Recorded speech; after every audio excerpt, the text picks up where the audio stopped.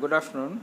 അടുത്ത് നമ്മൾ ചർച്ച ചെയ്യാൻ പോവാണ് second video of laser, and we are going to discuss three basic process taking place in an atom. ഒരു ആറ്റത്തിൽ നടക്കുന്ന 3 basic പ്രോസസ്സിനെ പറ്റിയിട്ടാണ് നമ്മൾ ചർച്ച ചെയ്യാൻ പോകുന്നത്. Suppose there are 2 energy levels E1 and E2. E1 E2 എന്നുള്ളൊരു എനർജി ലെവലുണ്ട്. ഇത് ബേസിക് പ്രോസസ്സാണ്. So first energy level is E1 and second energy level is E2. രണ്ട് എനർജി ലെവൽസാണ്. E1 നമ്പർ ഓഫ് ആറ്റംസിൻ്റെ എണ്ണം N1, E2 നമ്പർ ഓഫ് ആറ്റത്തിൻ്റെ എണ്ണം N2. ഇനി എന്തൊക്കെ പ്രോസസ്സാണ് നടക്കാൻ പോകണമെന്ന് പറയാം. E1 എന്ന് പറഞ്ഞാൽ ഗ്രൗണ്ട് സ്റ്റേറ്റ് ആണ് വിചാരിക്കും. So there will be so many particles in ground state. Atoms ആയിരിക്കാം, മോൾസ് ആയിരിക്കാം, ഇതൊക്കെ ഗ്രൗണ്ട് സ്റ്റേറ്റ് ഉണ്ടാവും. ഒരു ലൈറ്റ് റേ വരുന്നു. If the light ray is having energy h nu equal to E2 minus E1, then ഒരു ആറ്റം will absorb the light ray and will go to upper energy state. ഇത് ഒരു process. ഇതിനെ പറയണത് absorption എന്നാണ് പറയണത്. ഇനി ഇതിനെ ഇതിനെ പറയുന്നതാണ് induced or stimulated absorption of radiation. ഇവിടെ പ്രത്യേകത that light which is coming should have a frequency. ഇത് വി അല്ല, it should be read as nu equal to E2 minus E1 by h. E2 minus E1 by h ഇതായിരിക്കണം അതിൻ്റെ frequency. എന്നാൽ മാത്രമാണ് ആ atom ഇത് അബ്സോർബ് ചെയ്തിട്ട് higher energy സ്റ്റേറ്റിൽ പോകും. സോ ഇവിടെ നോക്കൂ, ലെഫ്റ്റ് നിന്ന് ഒരു ലൈറ്റ് റേ വരുന്നു. ആ ലൈറ്റ് റേ വന്നിട്ട് this atom is absorbing that and it is going to higher energy state. So that is called as, ഇതിനെയാണ് പറയുന്നത് ഇൻഡ്യൂസ്ഡ് അല്ലെങ്കിൽ stimulated absorption of radiation. Induced absorption എന്ന് പറയാൻ കാരണം absorption has to be initiated by some external agency. ഇവിടെ light is inducing the absorption. ആ light വന്നാൽ മാത്രമേ അബ്സോർപ്ഷൻ നടക്കുള്ളൂ. അതുകൊണ്ടാണ് ഇൻഡ്യൂസ്ഡ് അല്ലെങ്കിൽ സ്റ്റിമുലേറ്റഡ് അബ്സോർപ്ഷൻ ഓഫ് റേഡിയേഷൻ എന്ന് പറയാൻ കാരണം. ഇനി അപ്പോൾ ഇതിൽ ചില കാര്യങ്ങൾ ശ്രദ്ധിക്കേണ്ട കാര്യം, ഇതിൻ്റെ പ്രോബബിലിറ്റിയുടെ ഇക്വേഷനാണ്. പ്രോബബിലിറ്റിയുടെ ഇക്വേഷൻ P12 എന്നാണ് പറയാം. P12 probability of transition from 1 to 2. ഒന്നാമത്തെ എനർജി ലെവലിൽ നിന്ന് രണ്ടാമത്തെ എനർജി ലെവലിലേക്ക് പോകാനുള്ള probability is equal to B12 U of nu. B12 ഒരു കോൺസ്റ്റൻ്റ് ആണ്. എന്താണെന്ന് പിന്നെ പറയാം.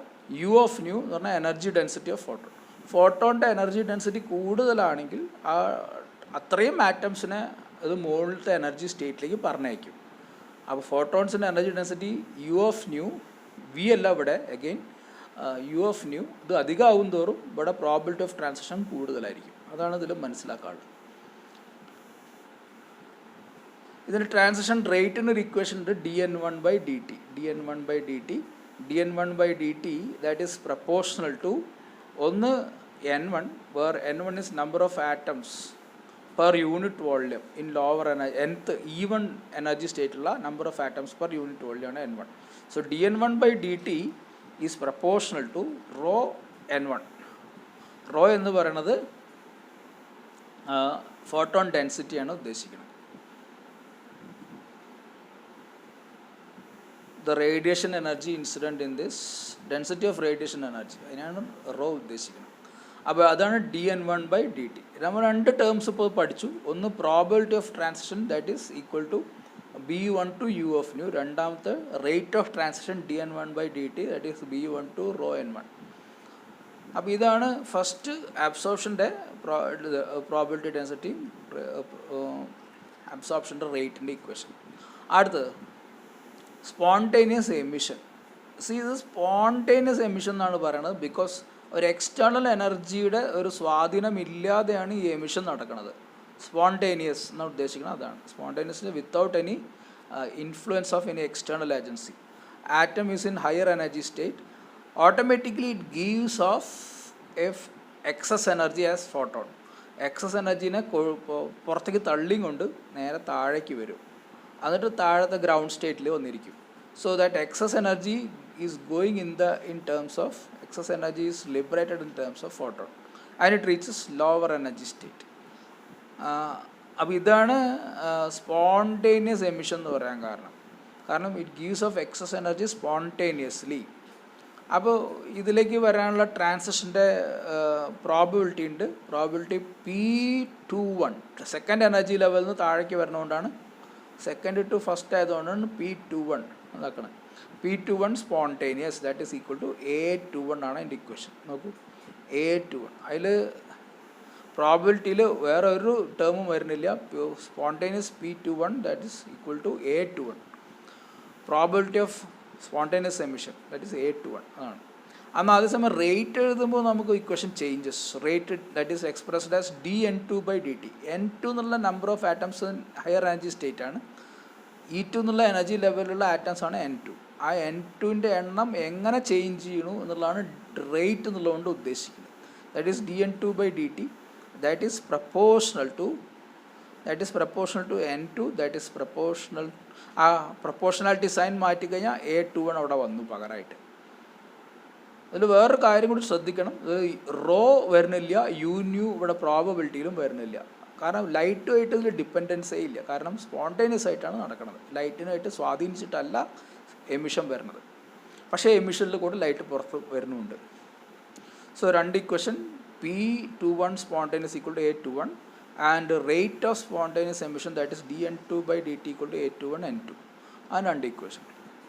Third process, that is third basic process taking place in the material, that is stimulated or induced emission.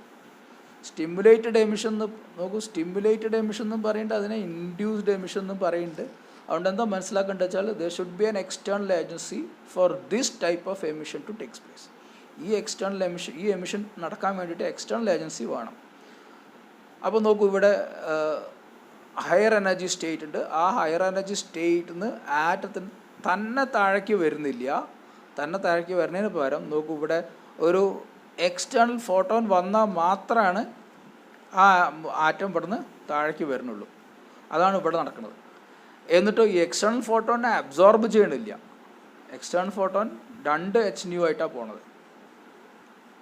So ഈ വരണ ഫോട്ടോൻ്റെ ഫ്രീക്വൻസി എനർജി എന്ന് പറഞ്ഞാൽ hν ആണ്. hν equal to E2 - E1 ആയിരിക്കണം, നിർബന്ധമാണ്. അപ്പോൾ ഇത് പുറത്ത് വിടുന്ന ഫോട്ടോൺ എന്തായിരിക്കും? ആസ് എ റിസൾട്ട് പുറത്ത് വിടുന്ന ഫോട്ടോൺ എന്തായാലും ഒരു അധിക ഫോട്ടോണും കൂടി വരുന്നുണ്ട്. ആ അധിക ഫോട്ടോണിൻ്റെ എനർജി hν ആയിരിക്കും, അതും ഇതേ വാല്യൂ തന്നെ ആയിരിക്കും. So you got 2 waves of same energy. അതാണ് മൾട്ടിപ്ലിക്കേഷൻ. ഒരു ലൈറ്റ് റേ വന്നു, ഒരു ലൈറ്റ് റേ ഇൻസിഡൻറ്റ് ചെയ്തു, output you got 2 light ray. അപ്പോൾ അതാണ് സ്റ്റിമുലേറ്റഡ് എമിഷൻ എന്ന് ഉദ്ദേശിക്കുന്നത്. സ്റ്റിമുലേറ്റഡ് എമിഷനും ഇപ്പോൾ ഇവിടെ നടന്നു, ആംപ്ലിഫിക്കേഷനും നടന്നു. സോ സ്റ്റിമുലേറ്റഡ് എമിഷൻ കൊണ്ട് എന്തുണ്ടാവും? When A photon of hν hits on A material, lacing material, you will get 2 photon as A result. So ഇപ്പോൾ 2 വന്ന് വീഴുകയാണെങ്കിൽ യു ഗെറ്റ് 4, 4 വരികയാണെങ്കിൽ 8. So likewise amplification is done. ഇതിന് സ്റ്റിമുലേറ്റഡ് എമിഷൻ എന്ന് പറയാൻ കാരണം you need a photon to start this emission. ഒരു photon of same energy equal to E2 - E1. E2 - E1 എനർജിയുള്ള same photon വന്ന് ഹിറ്റ് ചെയ്താൽ മാത്രമാണ് ഈ എമിഷൻ നടക്കുള്ളൂ. So then only this emission takes place. So this is called a stimulated emission or induced emission എന്നും പറയാം. സോ ഇതിൽ പ്രോബിലിറ്റിയിൽ എന്തുണ്ടാവും? സിൻസ് ലൈറ്റ് ഈ റിയാക്ഷൻ ഈ എമിഷൻ സ്റ്റാർട്ട് ചെയ്യാൻ ലൈറ്റ് വേണമെന്നുള്ളതുകൊണ്ട് പ്രോബബിലിറ്റിയിൽ എന്ത് P21 depends on U of nu. See it is 2 2 1 stimulated ആണ്. And the term is B21. അങ്ങനെ B21 ടേമും ഉണ്ട്. കൺഫ്യൂസ് ചെയ്യരുത്. സ്പോണ്ടേനിയസ് എമിഷനിൽ ബിയുടെ വാല്യൂ ഇവിടെ A21 ആയിരുന്നു കേട്ടോ. ഇനി റേറ്റിൻ്റെ ഇക്വേഷൻ നോക്കൂ. റേറ്റിൻ്റെ equation dN2/dt depends on number of atoms in higher energy state N2. കാരണം N2ലെ ആറ്റംസ് ആണ് ചേഞ്ച് ചെയ്യുന്നത്, അതുകൊണ്ടാണ് dN2/dt എന്ന് എഴുതിയത്.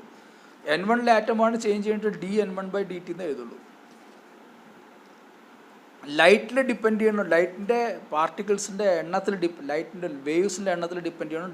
ഡെൻസിറ്റി റോ അവിടെ വന്നിട്ടുണ്ട്. സോ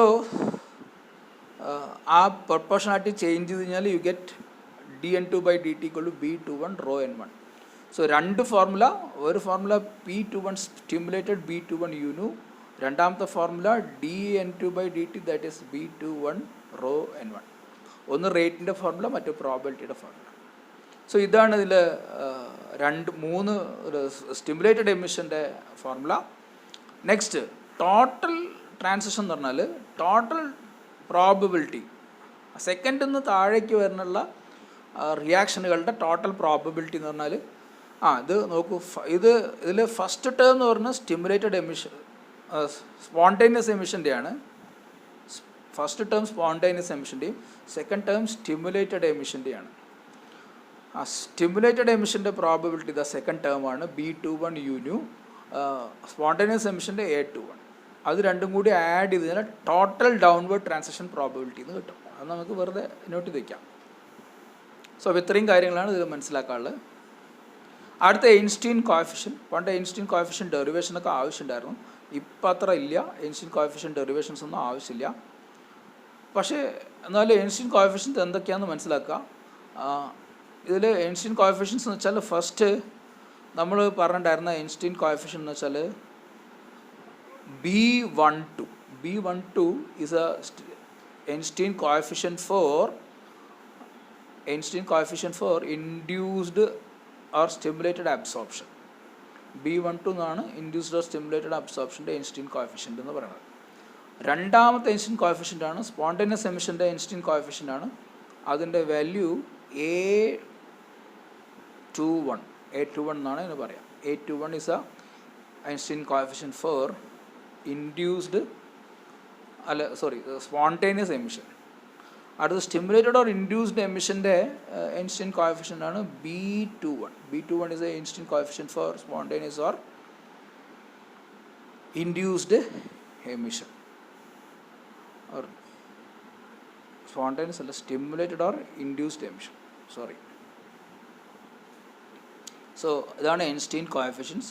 ഇതിന് ഐൻസ്റ്റീൻ കോഎഫിഷ്യൻസിന് ചില ഫോർമുല ഉണ്ട്. ഐൻസ്റ്റീൻ കോഎഫിഷ്യൻ്റെ ഫോർമുല ഈ ഡെറിവേഷനൊക്കെ ജസ്റ്റ് ഒന്ന് നോക്കിയെടുക്കുക, ബ്രീഫായിട്ടൊന്ന് പറഞ്ഞു പോവുകയാണെങ്കിൽ വേണ്ട.